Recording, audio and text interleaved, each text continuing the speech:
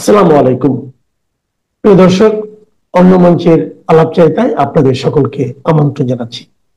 বাংলাদেশের অন্তর্বর্তী সরকার প্রধান উপদেষ্টা মোহাম্মদ ইউনূস কি দৈত্য, যে দৈত্যের কাছে বাংলাদেশের রাজনৈতিক দলগুলো যা চাইবে তাই পাবে। 14 সেপ্টেম্বর জাতীয় ঐক্যমত্য কমিশনের সাথে রাজনৈতিক দলগুলোর বৈঠকে তিনি দাবি করেছেন ছাত্র জনতা অভ্যুত্থানের মাধ্যমে একটি দৈত্য সৃষ্টি করেছেন। দুনিয়া পাল্টে ফেলার জন্য সেই দৈত্যের কাছেই রাজনীতিবিদদের হাত পাততে বলেছেন। প্রশ্ন হলো, সেই দৈত্যটি কে? সনদ বাস্তবায়ন করবেন অধ্যাপক ইউনূস এবং তার সরকার। যদি তাই হয় তাহলে দৈত্যই যেহেতু চাওয়া পূরণ করবে, তাই অধ্যাপক ইউনূস নিজেই কি নিজের অজান্তে নিজেকেই দৈত্য বললেন? তাও আবার যেন তেন দৈত্য নয়, আলাদিনের চিরাগের দৈত্য। অবশ্য বরাবরের মতন এই দৈত্য আর কখনো আসবে না বলেও জানিয়েছেন। তবে এবারই প্রথম নয়, এর আগে 111-এর সময়ও তিনি এমনটা বলতেন। দেশকে ঠিক করার এমন সুযোগ আর আসবে না। তবে 3 রাজনৈতিক দল বরাবরের মতোই এখনো নিজেদের অবস্থানে অনড়, যার পরিণতি হতে পারে ঝুলে যাবে ফেব্রুয়ারি নির্বাচন। সেটি হলে রিজিওনাল থ্রেটের আশঙ্কা করছে বিএনপি। বিস্তারিত জানতে চলুন যাওয়া যাক বিশ্লেষণে।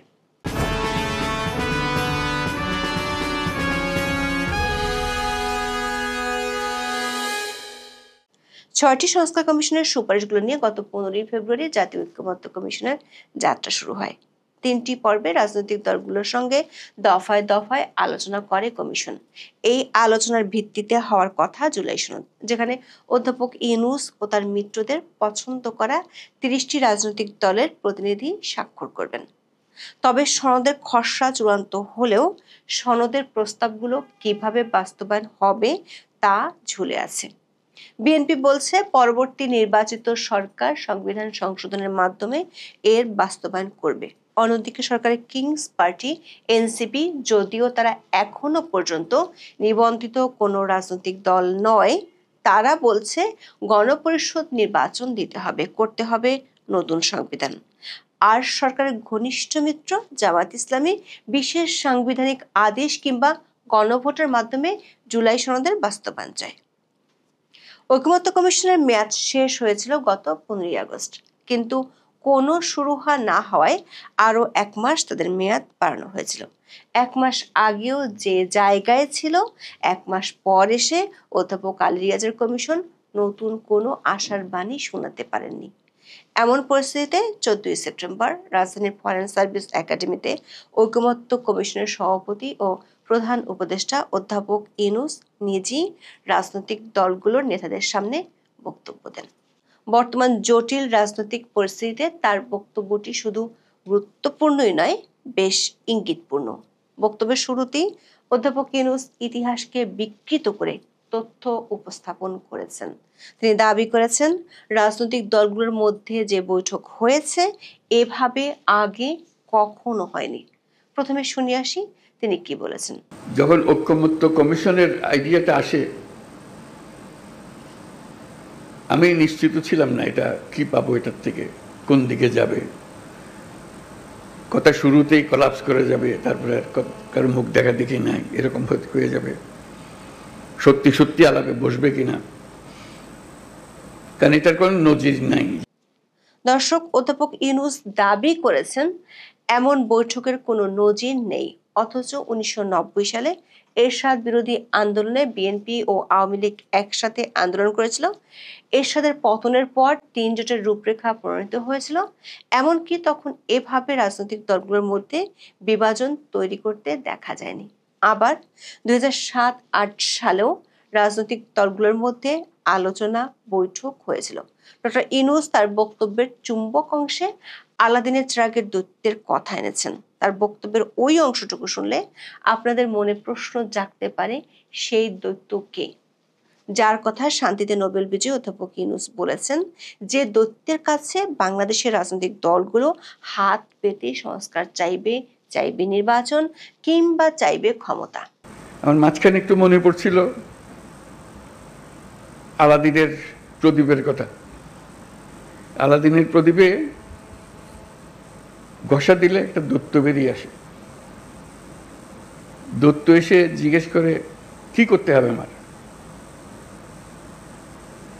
এই যে প্রশ্নটা করে এটার উত্তরে নানাভাবে দেওয়া যায়। বলতে পারে যে আমার জন্য এক কাপ চা নিয়ে আসো, সে চা নিয়ে আসবে। তাকে যদি বলা হয় সারা দুনিয়া আমার কাছে নিয়ে আসো, সারা দুনিয়া নিয়ে আসতো। এখন ছাত্র জনতা অভ্যুত্থানের মাধ্যমে সেই দৈত্য সৃষ্টি করে দিয়েছে আমাদেরকে।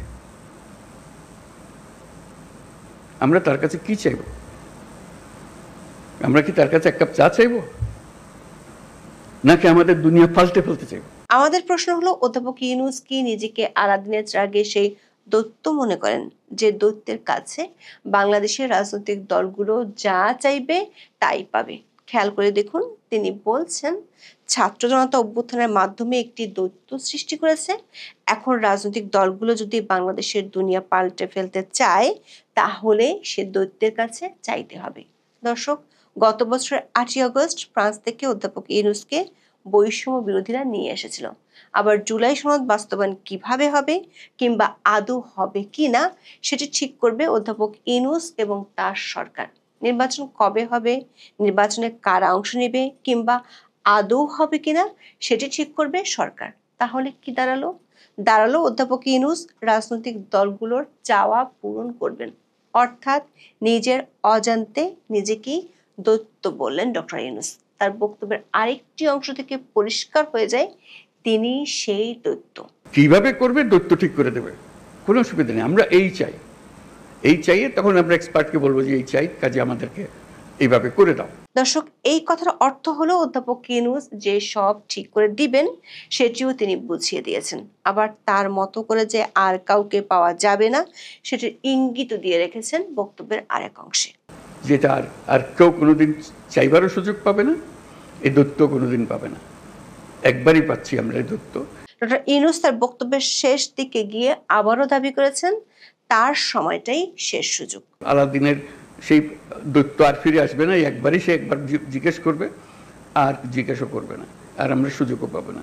কাজেই এইবারই যেন আমরা সেটা সমাপ্ত করতে পারি। দর্শক, আমরা একটু ফিরে যেতে চাই 2007 সালে, মানে 1/11 এর পরপর। অধ্যাপক ইউনূস এখন যে রাজনৈতিক দলগুলোর সাথে মিটিং করছেন, সে দলের নেতাদের তখন বলেছিলেন দুর্বৃত্ত পরায়ণ। তখনকার সংবাদ মাধ্যমে তার সাক্ষাৎকারে এমন কথাই ছাপা হয়েছিল। তখন 1/11-কে অধ্যাপক ইউনূস দাবি করেছিলেন দেশের সংস্কারের জন্য শেষ সুযোগ। তখন তিনি রাজনৈতিক দল করার জন্য যে 3টি চিঠি দিয়েছিলেন, সে চিঠিগুলোতে এমন তথ্যই লেখা ছিল। ঐকমত্য কমিশনের বৈঠকে দেয়া অধ্যাপক ইউনূসের বক্তব্যে আরো কিছু কথা আছে যা প্রমাণ করে রাজনৈতিক দলগুলোকে তার চাওয়াই মেনে নিতে হবে। রাজনৈতিক দলগুলোর মধ্যে সমঝোতার নামে তিনি যে গায়ের জোর খাটাচ্ছেন সেটি নিজেই স্বীকার করেছেন। বলেছেন, আমি হয়তো গায়ের জোরে কথাটা বলছি, কিন্তু কথাটা ফিরে দেবার কোনো উপায় নেই। দর্শক, গল্পের দৈত্যের শর্ত না মানলে যেমন আপনি কিছু পাবেন না, তেমনি অধ্যাপক ইউনূস ও তার মিত্রদের সাথে যারা দ্বিমত করছেন তাদের জন্য আলতো হুঁশিয়ারিও দিয়ে রেখেছেন তিনি। অধ্যাপক ইউনূস দাবি করেছেন ফেব্রুয়ারির প্রথম ভাগে নির্বাচন হবে। শুধু নির্বাচন নয়, তার ভাষায় সেটি হবে মহা উৎসবী নির্বাচন। দর্শক, যে সরকার আমলে মাত্র 11,000 ভোটের একটি ছাত্র সংসদ নির্বাচন হতে ভোট গণনার জন্য বিশ্ব রেকর্ড করে ফেলে, যে সরকার আমলে মব বাহিনী আর তাদের চাঁদাবাজির দৌরাত্ম্যে মানুষের জীবন অতিষ্ঠ হয়ে উঠেছে, সে সরকার মহা উৎসবে নির্বাচন করবে, এ কথা দেশের বেশিরভাগ মানুষ কি আদৌ বিশ্বাস করে? অবশ্য অধ্যাপক ইউনূস এই মহা উৎসবের পেছনে আবারও যদি এবং কিন্তু যোগ করেছেন, যেমনটা জুনে লন্ডন বৈঠক শেষে শর্ত জুড়ে দিয়েছিলেন। দর্শক, মহা উৎসব তো দূরের কথা, যে জুলাই সনদের উপর ভর করে নির্বাচন দেওয়ার কথা বলা হচ্ছে, সেই সনদে এখনো 3 দল 3 দিকে ফিরে আছে। বিএনপি অসাংবিধানিক কিছু করবে না, সংবিধান সংশোধন করতে হয় এমন যে কোনো প্রস্তাব তারা সংসদে গিয়ে করতে চায়। জামাত ইসলামী সংবিধানকে এক প্রকার ছুঁড়ে ফেলে সামরিক শাসকের আদলে সাংবিধানিক আদেশের মাধ্যমে জুলাই সনদের বাস্তবায়ন চায়, না হলে গণভোট, যেটির অস্তিত্ব বর্তমান সংবিধানে নেই। আর কিংস পার্টি এনসিপি তো বর্তমান সংবিধানই রাখতে চায় না, তারা চায় গণপরিষদ নির্বাচন। এমন ত্রিমুখী বিভাজিত ঐক্যের জুলাই সনদকে অধ্যাপক ইউনূস দাবি করছেন বিশ্বের জন্য অনুসরণীয়। এ যেন নিজের ঢোল নিজেই পেটানোর মতো অবস্থা। এমনকি তিনি দাবি করেছেন তার সরকার এই ঐক্যের নিদর্শন নেপালের মতো দেশগুলো অনুসরণ করতে পারে। দর্শক, নেপালের ভারপ্রাপ্ত প্রধানমন্ত্রী দায়িত্ব নেওয়ার একদিনের মধ্যে মব সন্ত্রাস বন্ধ করেছেন। জেনজিরা ফিরে গেছে ক্লাসরুমে। হঠাৎ শেষ হয়ে যাওয়া ঝড়ের মতোই নেপাল এখন শান্ত। 6 মাসের মধ্যে নির্বাচনের ঘোষণা দিয়েছে। আর অধ্যাপক ইউনূসের শাসনামলে 13 মাসে পাল্লা দিয়ে মব সন্ত্রাস বেড়েছে। জীবিত মানুষকে পিটিয়ে মারার সাথে কবর থেকে লাশ তুলে পুড়িয়ে দেওয়ার অনন্য নজির স্থাপন করেছে। নেপাল কি বাংলাদেশকে অনুসরণ করবে, নাকি বাংলাদেশে নেপালকে অনুসরণ করা উচিত? বিশ্ব বাংলাদেশের দিকে এখন অবাক হয়ে তাকিয়ে থাকে, তবে সেটি অনুসরণের জন্য নয়, অবাক হয়ে তাকিয়ে থাকে একটা দেশে এতটা বিভৎসতা কিভাবে চলতে পারে তা জানতে। দর্শক, অধ্যাপক ইউনূস নির্বাচনে যাওয়ার জন্য যে শর্ত জুড়ে দিয়েছেন সেটি সামনের দিনগুলোর জন্য অশনি সংকেতের সাইরেনটি বাজিয়ে তোলে। তিনি বলেছেন নির্বাচনে যাবেন সবাই একমত হয়ে। এটা কি আদৌ সম্ভব? গত 13 মাসে ছোট সংস্কার, বড় সংস্কার, পিয়ার পদ্ধতি, গণপরিষদ নির্বাচনের অজুহাতে অধ্যাপক ইউনূসের রাজনৈতিক দলগুলোর মধ্যে যে অনৈক্য, সেটি কি বাকি 2 মাসের মধ্যে ঘুচে যাওয়া সম্ভব? 2 মাস বলছি কারণ কমিশনের বৈঠকে আইন উপদেষ্টা আসিফ নজরুল বলেছেন নির্বাচনের তফসিল ঘোষণার পর সংবিধান সংশ্লিষ্ট কোনো সংস্কার প্রস্তাব বাস্তবায়ন করা যাবে না। তিনি মনে করেন এগুলোর বাস্তবায়ন নভেম্বরের মধ্যেই করতে হবে। তো ফেব্রুয়ারিতে যদি আমরা ইলেকশন করি, আমাদের যদি শিডিউল ঘোষণা হয়, শিডিউল ঘোষণার পরে তো আমরা কোনো লিগ্যাল অ্যামেন্ডমেন্ট করতে পারবো না। তো আপনারা এই সময়টা খেয়াল রাখবেন, আমাদের তো সময় প্রয়োজন। আমরা ধরে নিয়েছি যা করার আইনগত পরিবর্তন আমাদের 30 নভেম্বরের মধ্যে করতেই হবে।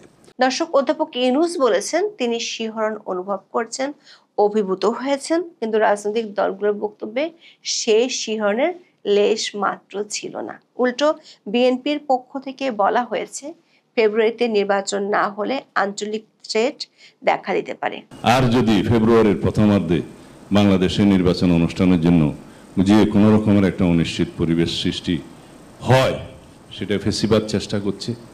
যদি আমরা এরকম কোনো কর্মকাণ্ড করি যে ফেসিবাদী শক্তি সুযোগ পাবে, আশকারা পাবে, সেটা আমাদের জাতীয় জীবনের জন্য অনেকে বলছে যে এটা ন্যাশনাল সিকিউরিটি থ্রেট হবে। আমি মনে করি এটা রিজিওনাল সিকিউরিটি থ্রেটও হতে পারে। সালাউদ্দিন আহমেদ সেটি অধ্যাপক ইউনূসের সামনে বলেছেন। যদি তাই হয় তাহলে অধ্যাপক ইউনূসের এই শেষ সুযোগ নতুন করে হয়তো দুর্দশা ডেকে আনবে।